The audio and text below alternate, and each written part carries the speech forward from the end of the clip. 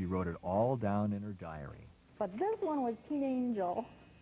Yeah, by Mark Dinning, and that was a big hit in January 1960. My mother basically stuck to the stores, the main stores on Euclid Avenue. Occasionally we might go down 4th Street. Yeah, I would go to Record Rendezvous because I might tell her while they're shopping, and when I got of age, and she gave me kind of let the umbilical cord go from me and let me kind of venture out on my own a little bit while they might have been at another department store, and then I would just catch up with them. The 1960s ushered in changes for downtown Cleveland and Akron. The cultural revolution of that era was not lost on the owners of the downtown stores. At the time, I was hired to be the teen coordinator and put together a program. And the program was a very large teen program, but what it did was bring hundreds down and thousands downtown on a Saturday, and there were a variety of things. We did fashion shows that had bands that played at the same time, and thousands would turn out for that. We had teen twist breakfast. Didn't seem to matter what you did or the time of day, but the teens would come downtown for it. It was so that Hallie's could get, as Mr. Hallie used to say, more with it. To keep in line with the changing roles of women, Hallie's even brought in a liberated Santa. Santa Claus is a sexless position, and if you're qualified and you can ho-ho-ho and be quite jolly, I don't see why a woman shouldn't be hired. While social adjustments and pop culture changed the look and feel of downtown, urban sprawl that began in the 50s also made a huge impact. The decline of department stores probably begins in the 50s. That's not to say it was precipitous or immediate. Some stores, Higbee's, continued to do very well indeed. But by the 60s, all the stores were beginning to branch out. Higbee's and Hallie's, May's were branching out as Parmatown. I can remember my father opening, the May Company Parmatown store, which opened in 1959. There were those who thought, hey, this is marvelous, it'll just be more money, and those who said, hey, it's just going to draw our customers, our Parma customers, away from downtown. And as consumers, of course, were going outward, then if you're in retail business, where are my customers? Well, most customers were still close in, but clearly there were more and more customers that were further out, still within this county. Of course, but they were more and more in Parma, more and more in Fairview Park. I think the malls pretty much took care of it. Nobody wanted to come downtown and have to deal with that when they can go to a mall in their backyard or in their neighborhood. The first of the large downtown Cleveland stores to close was Sterling Lindner. In late 1968, the city knocked it down as part of a drive towards urban renewal. Now, this is the only time that tearing down means progress. You understand that? Yeah, which way you gonna bring that? Little did they realize then that it wasn't just a building being demolished. It was a reflection of a changing tradition and a way of life. In shooting this program, we found a neat little nugget. These photos from around 1930 show a sign painted on the terminal tower, promoting the construction of the new Higbee's department store. Here we are present day on the 10th floor, where the Higbee's auditorium used to be. The walls have been all stripped away to make room for a new office space. But look what we found, the remnants of that old Higbee's sign. A piece of the past that's part of the future of downtown Cleveland. The key now for downtown is developing the residential base, getting more and more people to live there. That's what will create the new downtown. That's what will make it even more attractive, particularly for the younger people living in the suburbs, to come down for a movie and even do some shopping at Christmas time. Did someone say something about shopping downtown at Christmas time?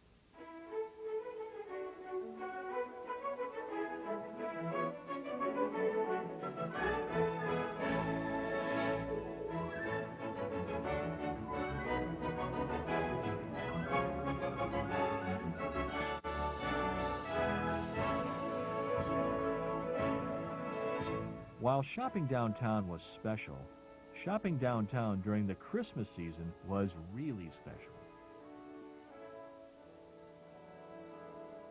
It just had this grand opulence to it that even as a kid you appreciate.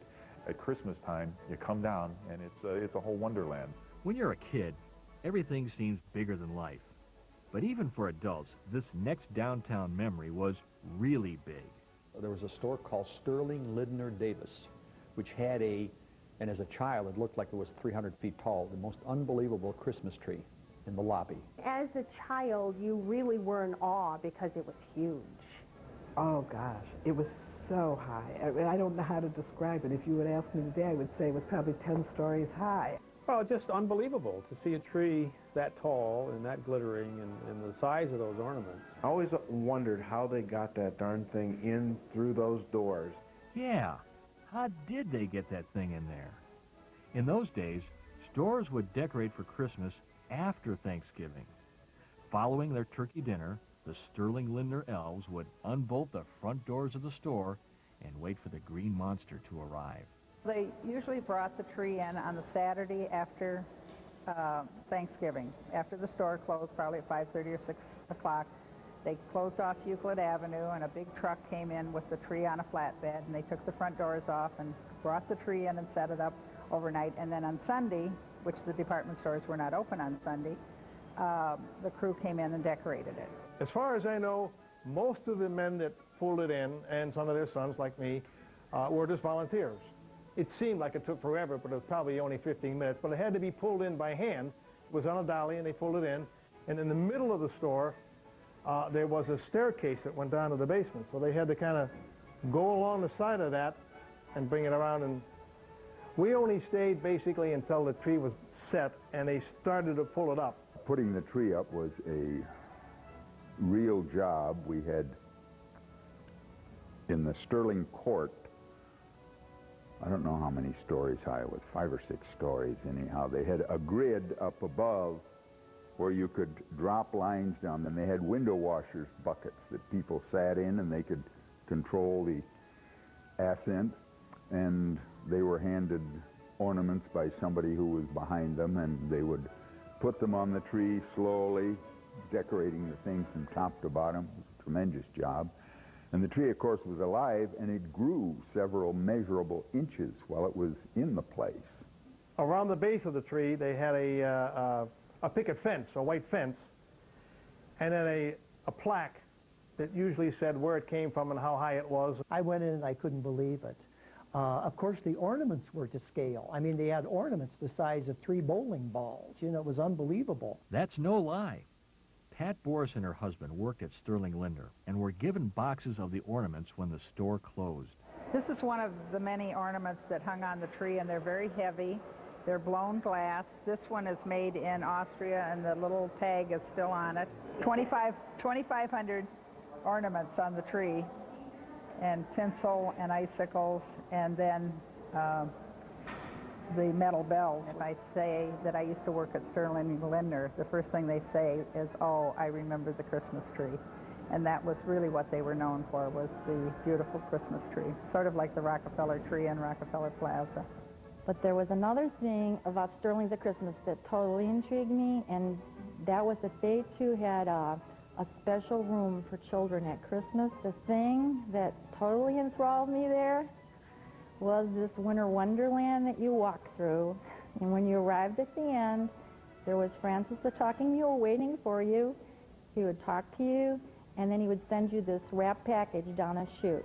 And that memory just like totally fascinated me. Back then, I mean, he was the big rage. He was it. I was at Santa Claus at Sterling Lindner, and I didn't know enough that my grandpa used to bring me down there when I was a little 5, 6-year-old kid, and they had the biggest tree in the country, and as far as I knew, and Santa Claus was under that tree. So when I applied for the job, I thought, hey, this is not only Santa Claus, but this is the Santa Claus. Cleveland's downtown had the look and feel. It was so right that when it came time for Hollywood to make a Christmas classic, they came to Cleveland. Turning back the clock to a simpler time was A Christmas Story, set in the 1940s and shot in Cleveland because of the historic look of its neighborhoods, stores, and downtown. That movie really reflected, I think, when you look at that, what downtown was all about. It had this sense of You had to be there to understand it. You had to hear the bells, you had to see the lights, you had to see the mechanical windows, you had to see the hustle and bustle and the people loaded with packages. It's an environment that you absolutely cannot capture in a mall. When I watch Christmas Story, you have fond memories of what downtown used to be like, and the memories.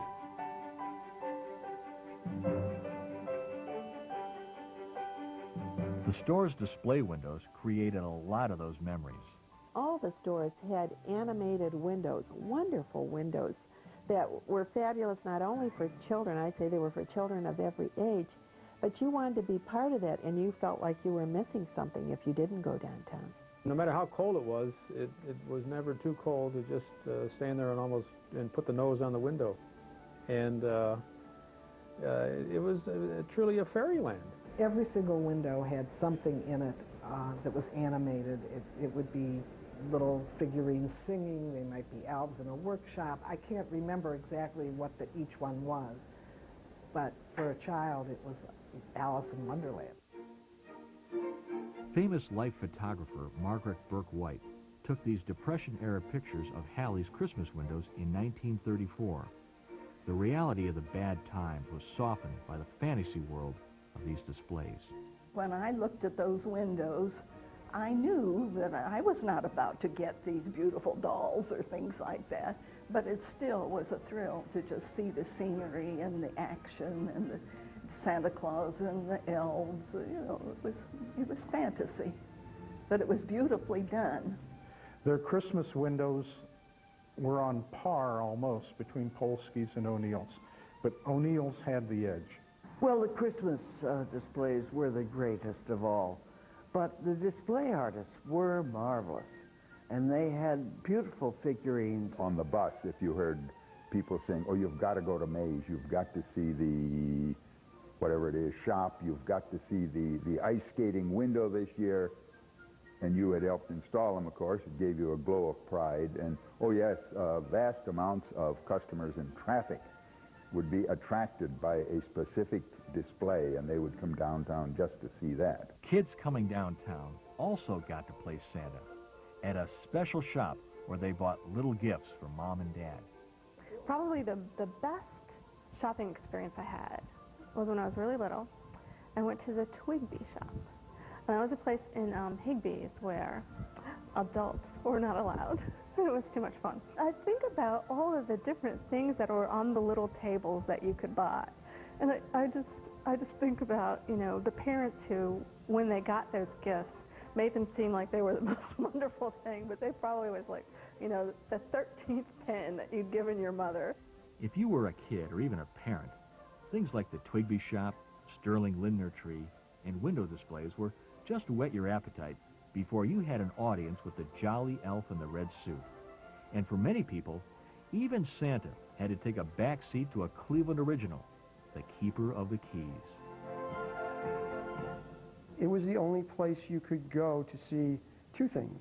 One, the real Santa Claus, because only the real Santa Claus would be downtown, and see Mr. Jingling, because there was only one Mr. Jingling anywhere, period. Hi, boys and girls. I'm Mr. Jingling, and I'm so glad to be back here with you on television. Did you have a nice Thanksgiving Day yesterday and had some turkey or something? Doesn't matter, though, as long as you got together with people you loved and celebrated.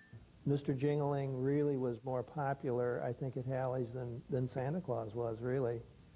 And I think part of that had to do with the promotion that was done with the show. You know, it certainly is going to be a puzzle figuring out who dropped this down my chimney and what's inside. Well, I'll see you Monday, boys and girls, and I'll kind of wait for you to open it up, and then we can open it up together and see what's inside, and I'll try to find out who sent it. I can hardly wait. See you then. I remember seeing his show during the Christmas season, and it was something that we would make sure we were there watching, so we would catch Mr. Jingling. In fact, he was a character that had almost the stature of Santa Claus. So what was the story on Mr. Jingling, and how did he get this job as Santa's Keeper of the Keys?